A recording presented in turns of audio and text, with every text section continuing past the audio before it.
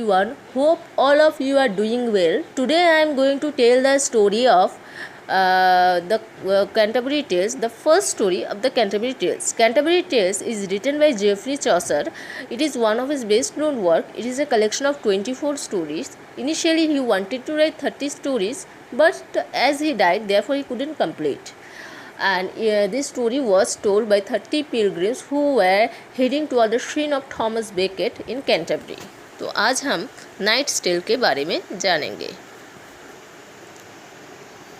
First story knight's tale. Knight's tale में दो protagonist रहते हैं। उनका नाम होता है पेलामन और आर्साइट, और वहाँ एक राजा होता है, उसका नाम होता है ड्यूक थेसियस। तो ड्यूक थेसियस जो है वो जंग जीत के अपनी वाइफ हिप्पोलिटा और अपनी साली यानी कि सिस्टर इन लॉ इमिली के साथ अपनी होम टाउन एथेंस की ओर जा रहे होते हैं। उसी दौरान उन लोगों को रास्ते में कुछ रोते हुए औरतें मिलती हैं।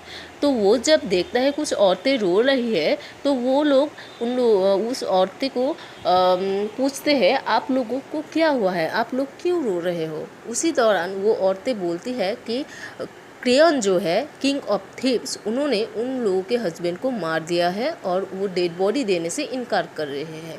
इसी वजह से वो औरतें थेसियस को रिक्वेस्ट करते हैं कि आप क्रेयन के साथ लड़े, उनको मारे, और ताकि हमें इंसाफ मिले और हमें डेड बॉडी, अपने हस्बैंड की डेड बॉडी भी मिल जाए। तो वो क्रेयन से लड़ते हैं। थेसियस जब लड़ता है वो थेसियस जीत जाता है और क्रेयन को मार देता है। उसी दौरान वो देखता है जो दो सैनिक, दो प्रोटैगनिस्ट ये कहानी के पेलामन और आर्साइट, वो बच जाते हैं। पहले वो सोचता है वो उन दोनों को मार देगा, पर फिर वो सोचता है नहीं, इन दोनों को मैं कठोर से कठोर सज़ा दूंगा। इसीलिए वो उन दोनों को अपने कोर्ट पर ले जाता है और जेल में बंदी बनाकर रखता है।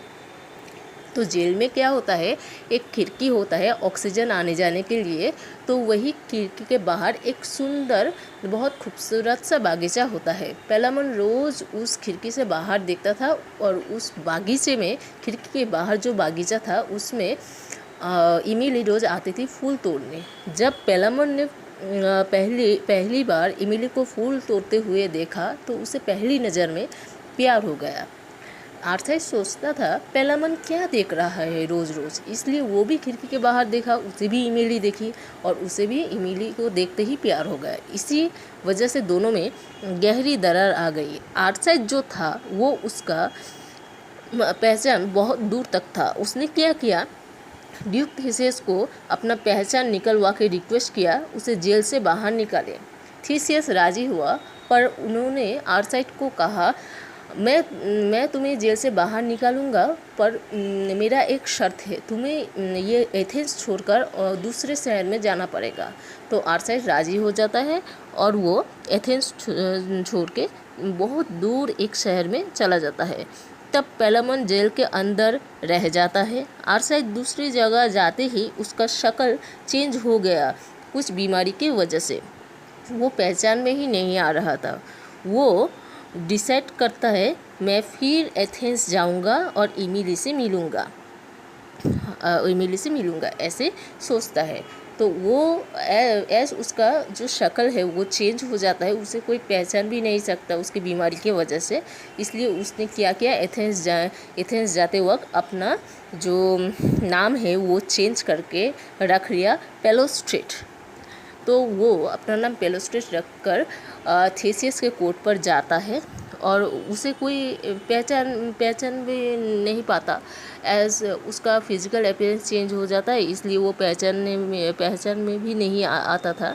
सो कोर्ट में वो धीरे धीरे काम करते करते बहुत अच्छी पोजीशन पा लेता है। दूसरी तरफ पेलामन अपने गार्ड्स को ड्रग्स दे के अपने ड्रग्स देख के वो जेल से बाहर निकल आ जाता है। और जब वो जेल से बाहर आता है वो देखता है कि आर्साइड तो वहीं पे है, तो उसे देखते ही दोनों में झगड़ा शुरू हो जाता है।